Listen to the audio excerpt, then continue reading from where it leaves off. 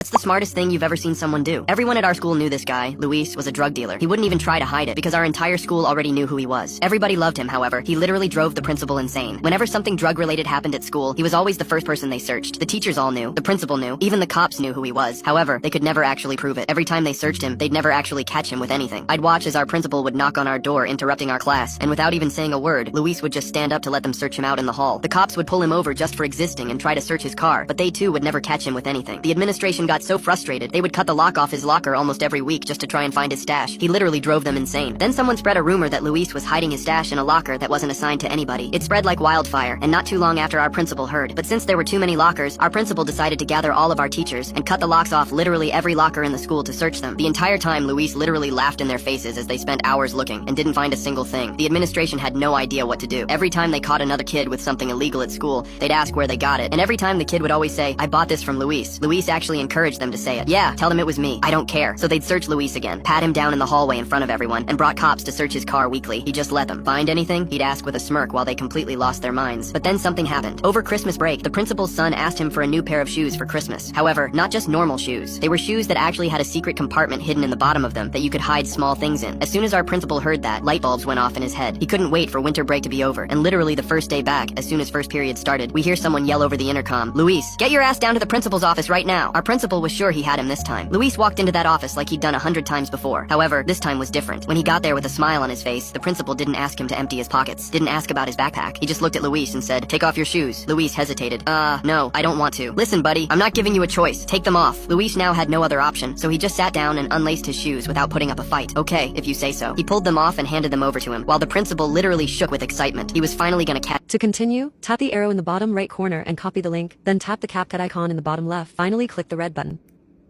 My father's gaze was locked on the rugged road ahead, his knuckles white on the steering wheel. I tracked